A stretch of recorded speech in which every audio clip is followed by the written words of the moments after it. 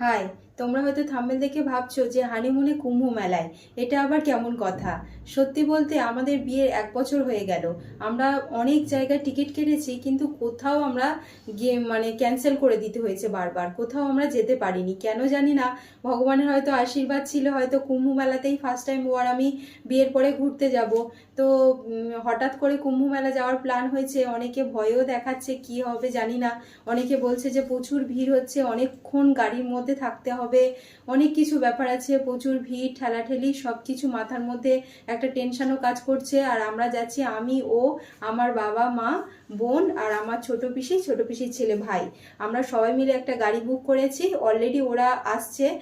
এরপরে কিছুক্ষণ পরে আমাদের এখানে চলে আসবে, আমরা দুজন গাড়িতে উঠে যাব। তো সবাই মিলে একটা গাড়ি করে আমরা কুম্ভ মেলায় যাচ্ছি। আর মেন কথা হচ্ছে যে যেটা বলতে চাইছিলাম সেটা হলো, আমরা এর আগে হানিমুনে যাওয়ার জন্য অনেক জায়গায় টিকিট কেটেছি। কুলু, মানালি, তারপরে তোমার হচ্ছে কাশ্মীরে তো 2-3 বার টিকিট কেটেছি। প্লেনের টিকিট কেটেও আমাদের অনেক টাকা লস করে সেই প্লেনের টিকিট আমাদের ক্যান্সেল করতে হয়েছে। আর তোমরা ভাবতে পারো যে আমি হয়তো ঢপ দিচ্ছি, দাঁড়াও। এই দেখো, আমাদের এতগুলো কাশ্মীরের টিকিট ক্যান্সেল করে দিতে হয়েছে কোনো কারণবশত, কেন জানি না ক্যান্সেল হয়ে যাচ্ছিল। প্রথমবারটা তো এজেন্সি যাবে না বলে দিল, প্রথমবার তো ক্যান্সেল হয়ে গেল। দ্বিতীয়বার কাশ্মীরে ভোট পড়ে গেল, তো বাধ্য হয়ে সবাই বলছিল যে ক্যান্সেল করে দেওয়াই উচিত হবে, তাই সেটাও ক্যান্সেল করে দিলাম।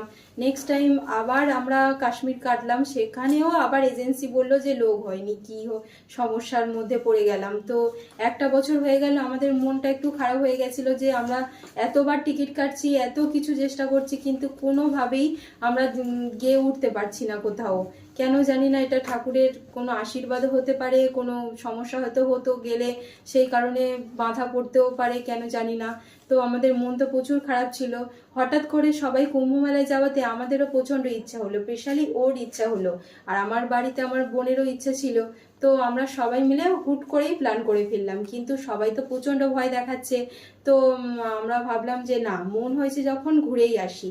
তো বিয়ের পরে ও আর আমি ফার্স্ট টাইম এই কুম্ভ মেলাতে যাব। তো কেমন কি এক্সপিরিয়েন্স হয় সেই সব কিছু ডিটেলস তোমাদেরকে আস্তে আস্তে আমি শেয়ার করতে থাকবো। অবশ্যই তোমরা কিন্তু কোনো ব্লগ মিস করো না, দেখো। আর এটা বলতে গেলে বিয়ের পরে আমরা এই ফার্স্ট টাইম ঘুরতে যাচ্ছি। করবো, দেখতে পাচ্ছ এখানে ব্যাগ ট্যাগ রেডি।